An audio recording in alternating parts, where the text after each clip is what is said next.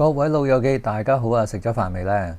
好多長者咧，平時可能會覺得，哎呀，最近成日去唔到廁所啊，或者無啦啦心情咧好猛啊，又瞓得唔好啊。如果你有呢啲情況呢，未必係你脾氣差，而係你個肚入邊嘅第二大腦咧發緊脾氣啊。今日我就同大家分享幾個關於咧腸道細菌嘅冷知識。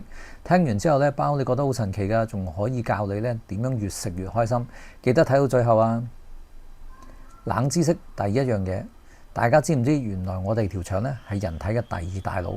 你可能會諗，大腦喺個頭度喎，關條腸咩事啊？咁原來咧腸道入邊咧有超過1億個神經細胞，佢哋會直接同我哋個腦咧傾偈噶。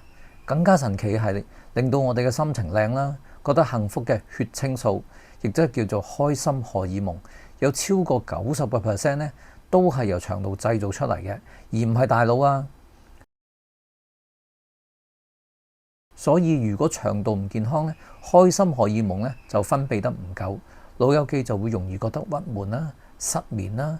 正所謂腸胃好，心情自然好，就係咁解啦。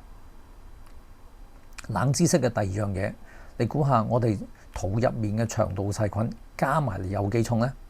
個答案就係大概1.5到2公斤，即係等同一包細嘅白米咁重。呢啲細菌咧有分好菌同埋壞菌嘅。有時你會唔會無啦啦好想食啲甜嘢，食啲煎炸嘢呢？原來未必係你餵食啊，係你個肚入邊嘅壞菌咧作怪。壞菌咧係會釋放信號上個大腦控制你嘅，逼你去食呢啲咧叫垃圾食物，俾佢哋咧做營養。所以養多啲好嘅菌咧，你個腦咧自然就會指揮你去食啲健康嘅嘢，個人又會精靈啲。記性咧都會好好多㗎。咁講到尾，我哋老友記點樣先可以養好個腸道呢？我教大家3個簡單嘅方法。第一，食呢個水溶性纖維。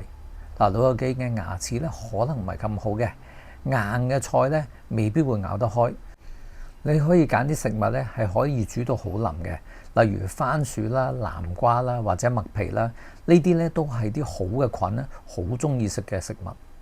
第二，適量食一啲發酵嘅食物，例如咧無糖嘅乳酪，即係 yogurt 啦、納豆啦，甚至乎少少泡菜。不過都記住，如果胃酸好容易倒流嘅朋友咧，就少食一啲啦。第三，慢慢食，食飯嘅時候咧，盡量咬碎一啲，減輕腸胃嘅負擔，腸道細菌咧就唔會因為啲嘢消化不良咧而產生毒素啦。